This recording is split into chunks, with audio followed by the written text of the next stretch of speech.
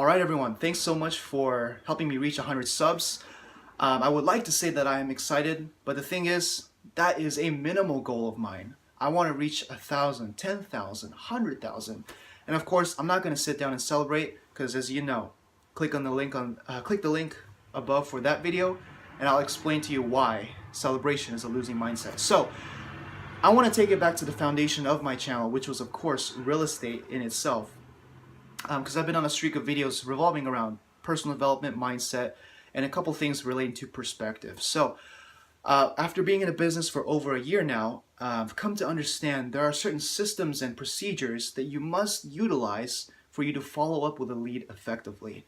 I've lost quite a number of buyers and sellers over the past year who have given me a set time frame, but I just didn't know how to deal with that in terms of follow-up, which of course ended up to a lost sale. So here are some of the follow-up procedures and follow-up campaigns that I have that can help, make your business more effective and efficient, right? So I'm gonna break it down into both buyers and sellers. Those are interchangeable terms here. I'm just gonna call them as a lead, right? Now, there are several follow-up protocols that I use, and it all has to deal with their time frame. There are several time frame categories. There's 60 days or less, 2 to 6 month time frame, 6 to 12 month time frame, and 12 months or more time frame. So there's 4 different categories, and I'll just break them down how I follow up with them. For people who are 60 days or less, meaning they want to get into a house within the next 60 days, or they want to think about writing a contract in the next 60 days or less, these people I call every single week. And the reason being is because you want to be top of mind when it comes to them doing anything regarding real estate. If they're even thinking about writing an offer, showing a property, or entertaining the thought of selling their house and choosing a realtor, you want to be the first one to be in mind. Because if you guys haven't read the book, The Millionaire Real Estate Agent, one of the greatest things that Gary Keller put in that chapter regarding follow-up is that people only tend to think about 1 or 2 realtors. Most of them only have 1 realtor in mind. So if you can take up that mind share, is what he calls it, that space within the brain that visualizes people, you're already at a winning state. You're already beating the competition who only follows up every so often. So you want to be that one person who's actually on top of mind. Of course, call them every single week. That includes phone calls, emails, texts, whatever you can do to stay top of mind. Always be the one who's following up frequently if they're doing something in 60 days or less. And I'll talk about this in a couple minutes, how you shouldn't be fearful of being too persistent, because I'll attach a lesson to that in a couple minutes. So 60 days or less, follow up in every single week, right? Now, for people who are 2 to 6 months out, which again includes thinking about signing a contract or buying or selling a house, I follow up with them every month, like 30 days. That is a set minimum that I have, because although they might not be such a hot lead of 60 days or less, they're still within arm's reach of actually doing something. Now, of course, there are numerous instances where I assumed that someone was 2 to 6 months, so I followed up a little bit longer than that, which was a mistake, because a lot of things can happen between conversations when you first speak to them and when you next speak to them.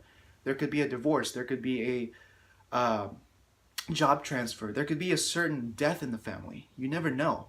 So you always want to be frequent with your follow-up so you can catch any sort of discrepancies in motivation, right? Because there's always going to be something that comes up that makes them want to relist or buy something or do something faster, right? And nothing's more painful than losing a lead that you knew that you were certain of actually getting, all right? So 2 to 6 months, keep it to 30 days. 6 to 12 months, a 2-week difference. I call them every 45 days. That typically is enough to keep in mind of the person who's thinking of doing something, as well as spread apart so that you don't persist and annoy them too much, right? There is a certain point where you can interrupt people and persist and annoy people. There is that certain follow-up procedure, but it's better to be the person who's persistent as opposed to someone who rarely follows up. And again, I'll explain that in a couple minutes. So once again, to make it brief, 6 to 12 months, call them every 45 days. stick to that schedule. Now, for people who are 12 months motivation or more, 12 months to a year more, that was kind of redundant. I usually stick to every 90 days. Now, this goes for people who are in my database who don't have a certain motivation. These are just sphere of influence calls, keep in touch calls, hey, how you doing, etc. I never let anyone go in my database without calling them every 90 days. Doesn't matter if they have plans of buying or selling. It's just in general, 90 days is a minimum standard. So that allows me to keep in touch 4 times every year just to see where their motivation is and what they're dealing with in life, right? So to sum it up, 60 days or less every week, 2 to 6 months, 30 days, 6 to 12 months every 45 days, and every 12 months or more is every quarter or every 90 days. Now, a common misconception that people have in terms of follow-up is that they're scared of following up too frequently. You know, the time between they called the first time and the second time is too close to each other. They have this limiting belief that they're annoying someone. Let me be the first to tell you that you're more likely to lose a lead through the lack of follow-up as opposed to losing a lead through enough follow-up, or persistent and too much follow-up, as I should say. I could probably only say there's been only one time where I follow up with someone too much to the point where they got super angry. But that's only once, and I dealt with hundreds of leads. So it's a proper risk to take. Now, why should you dispel the fact that you're annoying someone? Well, here's the thing. You as a professional are doing your job. This is your chance to get something in front of the table and to help someone with their buying and selling needs. Of course, you might have heard the saying, motivated people love persistent salespeople. They love someone who cares about their attention, someone who cares about their needs. You need to be that person who is persistent enough to the point where they know that you care about their results, right? People might not say it, but the thing is, when you ask them up front, they actually appreciate you keeping them in the loop, keeping them updated, keeping them in your calendar for that phone call, text, email, right? Because they know that they can rely on you as a resource just because you do your job of actually following up.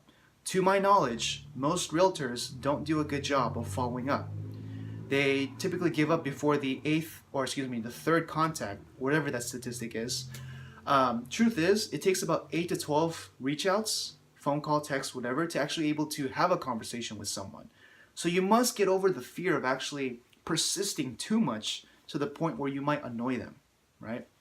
So just so you know, if you're in my local market, which is in the beach cities of Southern California, if you're not following up with your lead as much as I am, who do you think is going to get the business, right? I even tell this to the agents in my office who are somewhat surprised of the level of follow-up that I have. They say, isn't that too much? Or don't you call too often? Don't you have fear of annoying them? And what I say to them is this: hey, if you're scared of following up, then I'm going to be the one that's getting the business. And you're going to be the one with an empty pocket, with no food left on the table to feed your family. What would you rather want?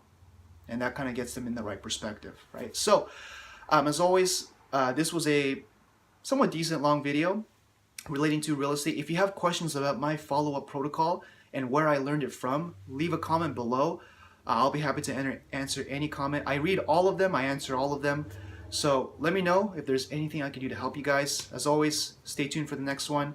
Every week, there should be a video. Should. All right. Stay tuned. Take care. Thanks for all the support, and I'll see you on the next one.